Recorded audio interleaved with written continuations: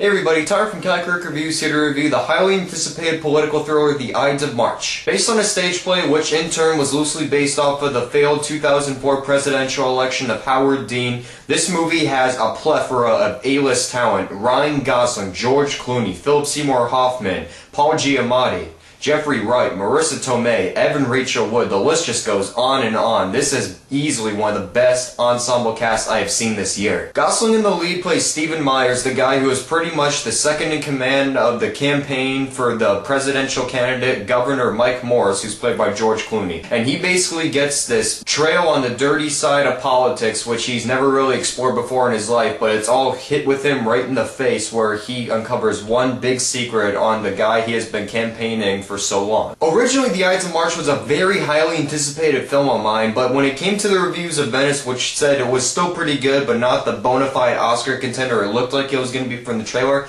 I still reduced my expectations a little bit, and I think that's what pretty much helped me for this, because I really enjoyed this film. All the performances across the board are great, but Ryan Gosling is definitely the best in this, as not only does he take the very charming charisma that he has done for all his other past movies mostly, but he also gets to do some really good acting at the same time, because he makes a great transition from being the highly supportive character to the cold and ruthless guy who's trying to uncover everything at once he's introduced to the very dirty side of politics about halfway through the film, and he just makes that transformation perfect. Even for how great his performance is, I can't really say it's an Oscar-nominated performance, at least a Golden Globe maybe. Who knows, maybe he could get a double nomination, who knows, but I still think that he acted better in Drive, but still, this has been his year. This, Drive, and Crazy Stupid Love, God, he has really risen up on my radar as one of my favorite actors. And everyone else is really good in this movie as well, but I really liked Paul Giamatti and Philip Seymour Hoffman the most as the rival campaign managers. Especially because both of their characters are given one very good speech to go off of Gosling's character from,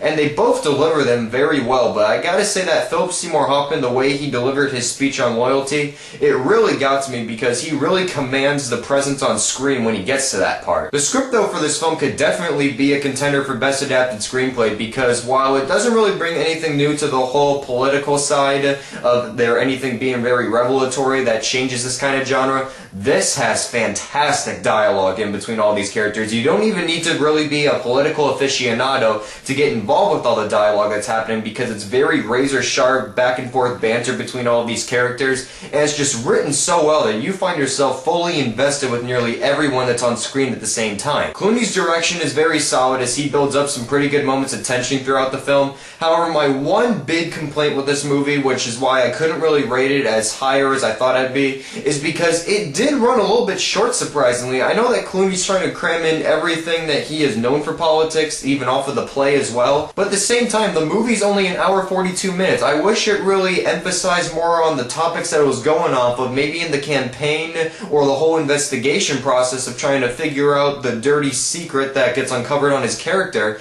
I just wish the movie ran a little longer, because then it could have really been that true Oscar contender we had been hoping for. But still, despite that small nitpick right there, The Ides of March is a very solid political thriller filled with fantastic performances from all the cast, and also a very great script with some of the best dialogue I've heard this year. So I'm going to give The Ides of March 4.5 out of 5 stars. It's definitely not the bona fide Oscar contender movie I hoped it would be, but who knows, maybe it could shoe in for a Best Adapted Screenplay nomination, because it's definitely one of the best scripts of the year so far. And if you're a Gosling fan, you might as well just sprint there and see it right now then. So I hope you enjoyed my review of The Ides of March. If you weren't able to check out my earlier review of Footloose, I have an annotation above for that, and also a link below to that review too. Also, make sure to follow me on Twitter and find my Facebook page to follow all my updates for my reviews and possible early screenings I'll get too. So in the meantime, I'm Tyler from Calcuric Reviews, and I'll see you guys